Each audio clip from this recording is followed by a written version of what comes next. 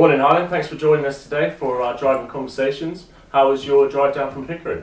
It was very good. Nice to be in my van rather than in a truck, and had a good drive down. Came down halfway last night, camped overnight, and came down the rest of the way this morning. So a good journey. Thanks for making the trip. We know you're an advocate for driver welfare. Can you tell us a bit more about your background in truck driving and your work you do for mental health in the industry? My story is unusual from one perspective, in the fact that my father had a family business, and I was around him as a youngster a lot of the time because, unfortunately, just after I was born, my mother was ill. But the commonality, I think, with a lot of lorry drivers is that things happen in life that you don't plan, and that you never set out to end up driving a truck to earn a living. A lot of people don't, and I think a lot of people end up driving a truck, and that's certainly what happened in my case. My sister turned up at my school with my parents' best friend as chauffeur, which was highly unusual, and I thought, well, this is not good. And it really wasn't good, because they'd come to tell me that my eldest brother had unfortunately taken his own life. So that was a really big occurrence within the whole family, and suicide leaves an indelible print on the family which is there forever. And I still say now that I'm one of 5, so I still feel that he's with us. And many years later, my mother and I started having a conversation about Adrian, and she burst into tears, and this was probably 20-25 years after the event. So it stays with the family forever, and it's a big part of my childhood and growing up. The other aspect of my childhood, which was very unusual, was that having spent a lot of time with my father as a youngster, I was around the family business from a very early age and got to know all the workers, and spent a lot of time out on the trucks because that's what I enjoyed doing. So that was my early start with the trucks.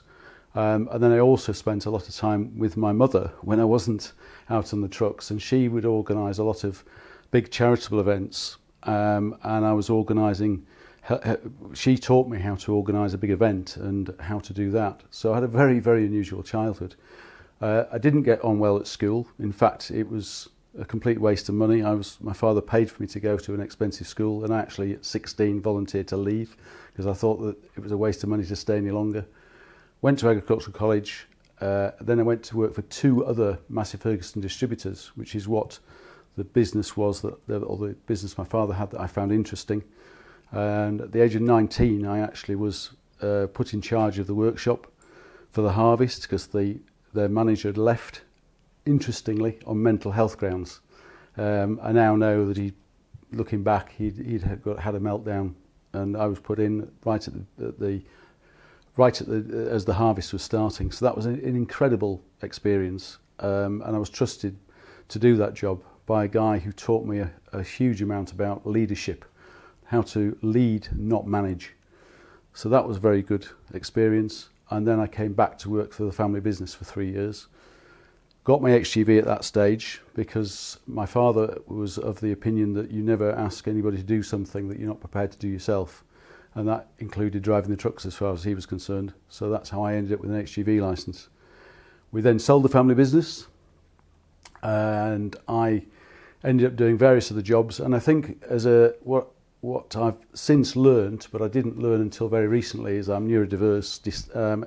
I always knew I was dyslexic, and that's why I didn't get on at school, but I never realised how dyslexic I was and the other implications of dyslexia and the whole aspect of neurodiversity. And when I actually understood that relatively late on in life, very late on in life, then it put the whole of my life into context. But the life that I've led has been extremely difficult on occasions, and it's been a typical neurodiverse type of existence where it's tremendous highs and tremendous lows, all sorts of successes and all sorts of failures, and very inconsistent.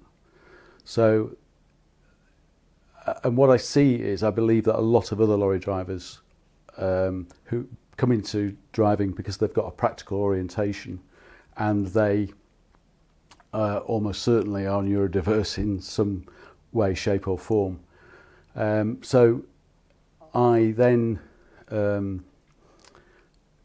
I set up a business, and I was one of the first people to sell mobile phones. And I had a career within the telecoms industry, but then I was diagnosed with depression. So that started to be one of my major down points, and I didn't want to take the antidepressants because my father had always been very keen on health, and in particular diet and eating good quality food.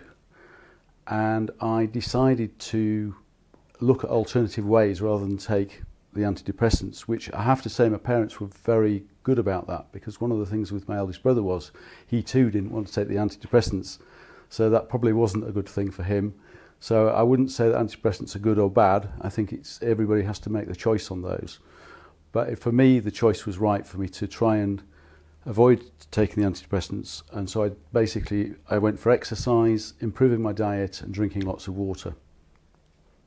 And it worked.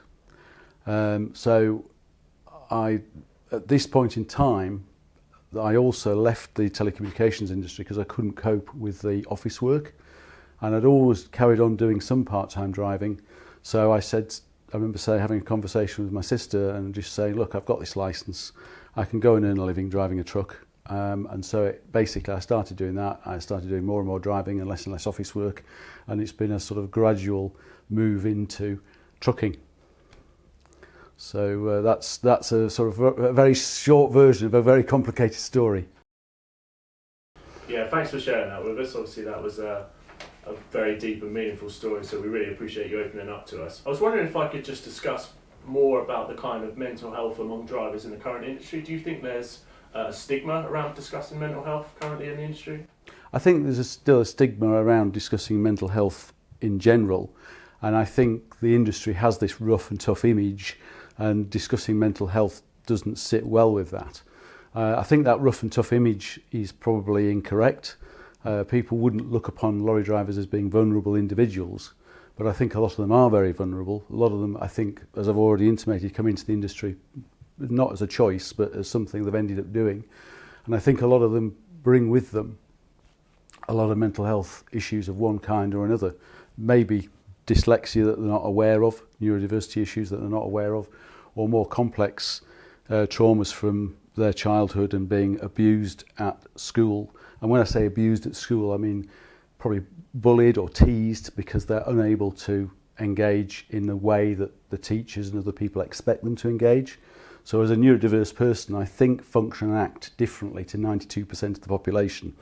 So I'm trying to live in a world that's not designed for me.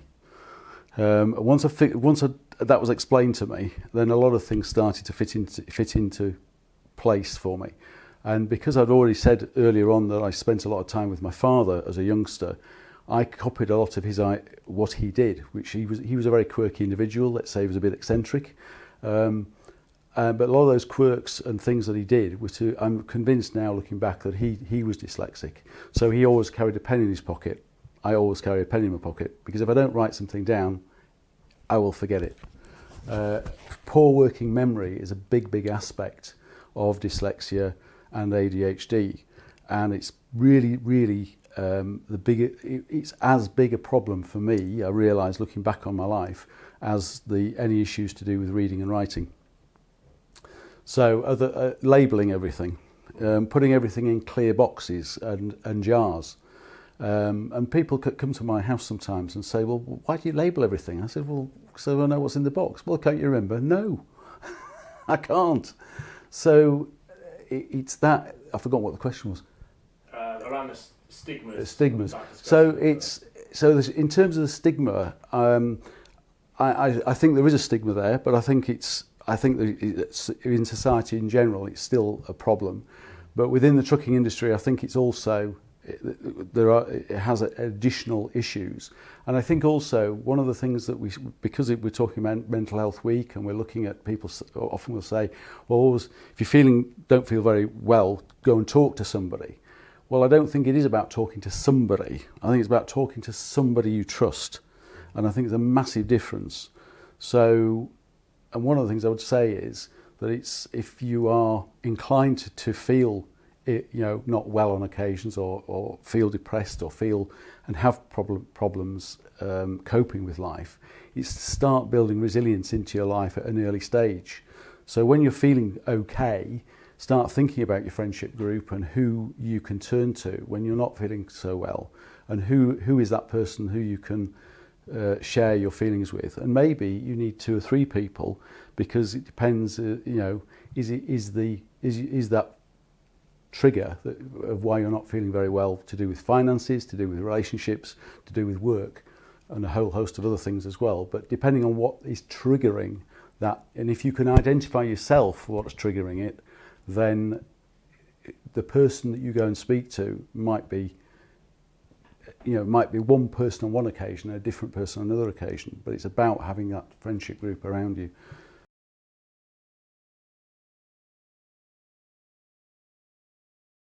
Absolutely. And how important do you think is the sort of community for truck drivers and sharing those kind of experiences and emotions they're going through? I think the community is important for everybody. It's so important for everybody to have their tribe. Some people want a big friendship group, some people want a smaller friendship group, but it's about building relationships and friendships. And within the trucking fraternity, the big issue is, of course, that we're in cabs, we're away, we're on our own. It's very, very difficult. Social media has made it better in terms of WhatsApp groups and Facebook and that kind of thing from one perspective, but then it's the case of not getting upset if somebody puts a message on there that can upset you, because and particularly for dyslexic and neurodiverse people, again, they can take a written message the wrong way entirely. So I've seen people in business, I've been in a room and people across a desk are getting completely the wrong end of the conversation. They're completely misunderstanding each other, particularly in a technical scenario in the telecoms industry. And I'm looking at, and I'm thinking these two people are completely getting at odds with each other, often with a technical issue, but sometimes not. And so if that can happen across the table, why do we think that putting communication across social media is going to be the answer? It's only going to make those sort of misunderstandings exponentially worse. So social media helps in many ways, but it's also can be a big problem.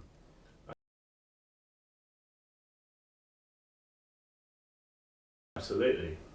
Is there anything you can kind of suggest that the industry can do more to help improve mental health issues within the kind of sector? Whew, that's another big question, and I think the answer is yes, there is things that can be done, but it's going to be a very long process, because I feel that the culture within the industry is absolutely diabolical. And if I can share with you a very personal experience from very early on in my trucking experience away from my father's family business, where we were delivering our own equipment. So once I got into the real tough world of general haulage, as it were, and agency work, and being sent off by the agency to a company that you know very little about and they know very little about you. And so my agency work started with me saying, "Oh, I've got a Class 1 licence, aren't I clever?"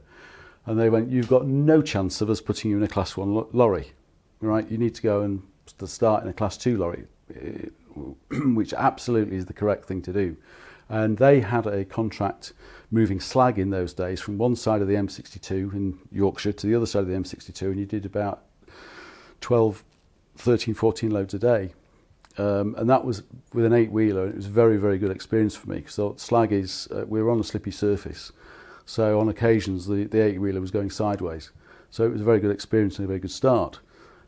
But having said that, there was no way we're going to put you on a Class 1 licence, a Class 1 truck. Within a few days, I got a phone call at 6 o'clock in the morning. "Oh, we've got a driver who hasn't turned up. Can you do this load?" "Well, what is it?" "Well, it's Class 1. "Well, you told me I wasn't going to go on Class 1. "Oh, yeah, well, you're getting on okay." "Really?" That's not what they said yesterday. It's a 2-day trip, 6 drops. Can you get down there? There'll be somebody down there who'll tell you what's going on. Okay. So I turned up at the gatehouse. and any driver who's listening to this will understand this scenario. Security guard goes, "Here's the paperwork, mate. Here are the keys. There's your truck." "Oh, well, somebody's supposed to be here to tell me what to do." "No, mate." That was my introduction to Class 1 in the general haulage world. And I did manage to round that 2 days without damaging the truck. Got all the load off, got it back. The following week I went back into the same company because they said, "Can you do a Class 1 job, 1 drop Birmingham?" And when I turned up, it had changed to a 3-day trip, Class 2, with about 15 drops on it around the Birmingham area, Birmingham and Midlands area. And I said, "Well, that's not what I was told it was." And this very aggressive transport manager, and the whole I can tell you who the company was because they went bust many years ago. It was called Spring Ram, and they made kitchens in Scunthorpe. And the haulier I was involved with also has gone bust since then. And "Well, are you going to do this?" And I was like, well, okay then. Which I should have said no, right? No sat nav in those days. Just here are the keys. There you go. And I actually drove the truck through Scunthorpe back to where I lived, picked up a few bits and pieces and a sleeping bag, and off I went. Now, I think I did probably 2 drops, and I'm going to be absolutely brutally honest here. I had a complete and utter meltdown, what I now understand as an autistic meltdown. And in those days, I used to call it TSO, Total Systems Overload. I had my own expression for it. And I stopped the truck in the lay-by, and I got out the truck, and I'm going to do this physically. And I sat down on the edge of sat down out of sight in the lay-by, and I pulled my knees up like this and put my head down on my knees, and I cried.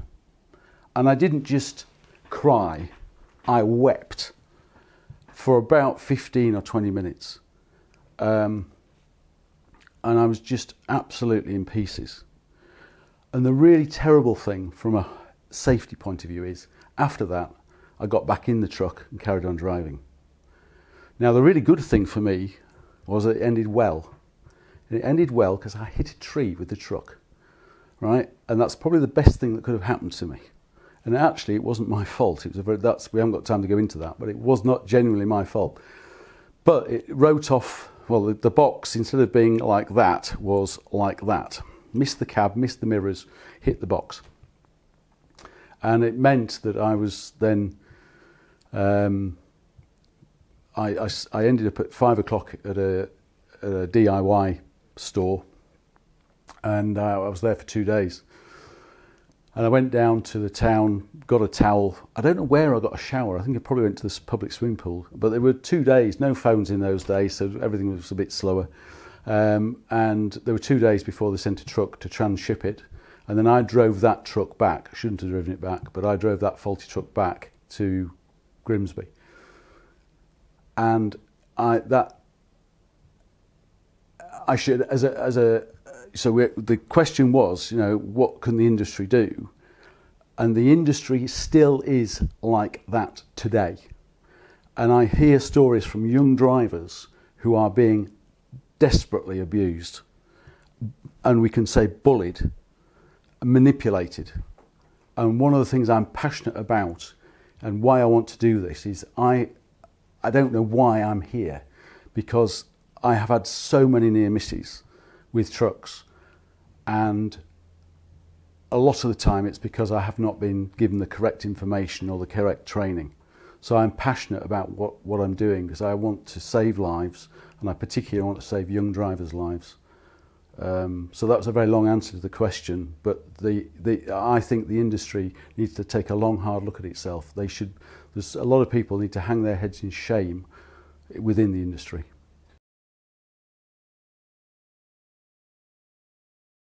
Yeah, thanks again for sharing that deeply personal story. If you could pinpoint what specific changes you'd like to see in the industry to support driver wellbeing, what would you say? Well, one of the things I've personally done is I've got spoken to all the directors of the various motorway service areas, and I'm suggesting that we need to have proper washrooms, and this needs to be done from a mental health perspective. By a proper washroom, I mean toilet, shower, basin, one room. Because the facilities where you go to some, and in fact a lot of motorway service areas particularly, where you have the shower in one location, the toilets can be across the public concourse, and then shaving in a third location is completely unacceptable. It's unacceptable from a mental health point of view, because the driver feels, if you get in that sort of environment night after night after night, 4 nights out of 7, you don't feel that you're being valued. Then there's also the aspect from the point of view of we're not getting people into the industry, and some people come into the industry and then leave because they're not prepared to put up with communal showers. So there's that aspect as well.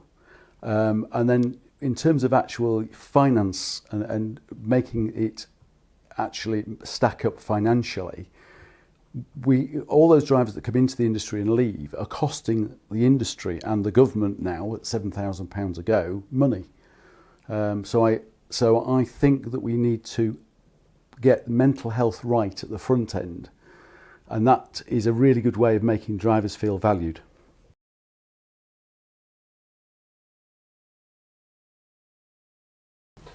Yeah, brilliant answer. I think that's it's a great thing to look into. And from a fleet perspective, so from a fleet management or transport management, what do you think they can do to create a better work-life balance for their drivers? The straightforward answer to that is 4 days on, 4 days off. I think the industry as a whole needs to move in that direction, and I think the wages need to reflect the fact that a driver can live on 4 days, 4 days on, 4 days off in a satisfactory manner, and not be enticed to work on day 5, day 6, and be pressurised into doing work. I think I describe this as a great job. I do enjoy driving the trucks. Still, I enjoy driving the trucks, but I describe it as a great job, terrible lifestyle. And the lifestyle that goes with trucking is so bad that we have got, it's costing the country a fortune.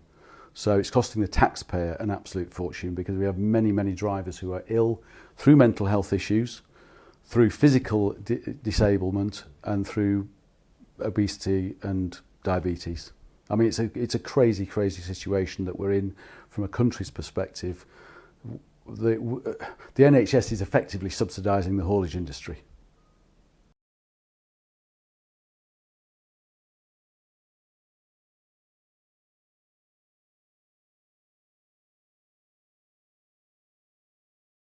What effect do you think the driver CPC has had on the industry?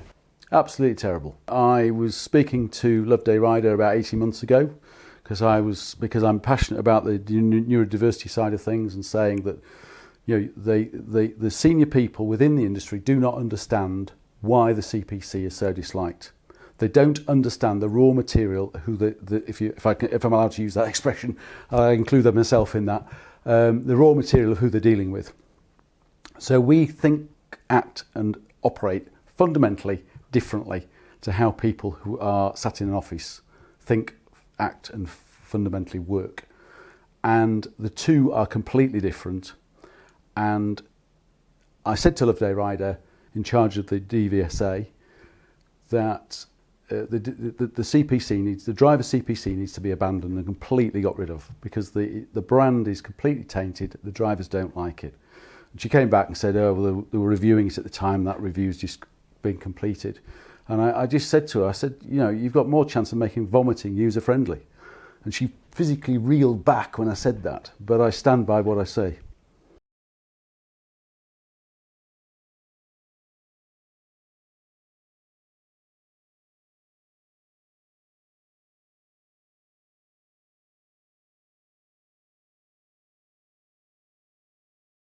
What do you think companies like Snap are doing and can do more of to improve how drivers are perceived and treated by those outside of the industry? Wow, we've got a long way to go. Somebody outside of the industry, the perception of a driver is inevitably white, male, in his 50s, overweight and probably smoking. There is a number that fall into that category, but we've got other people coming into the industry who are female, want to keep fit and want to be healthy, and we need to completely change the image of what lorry driving is. That is a huge task, but we need to do it because otherwise we're not going to get drivers into the industry.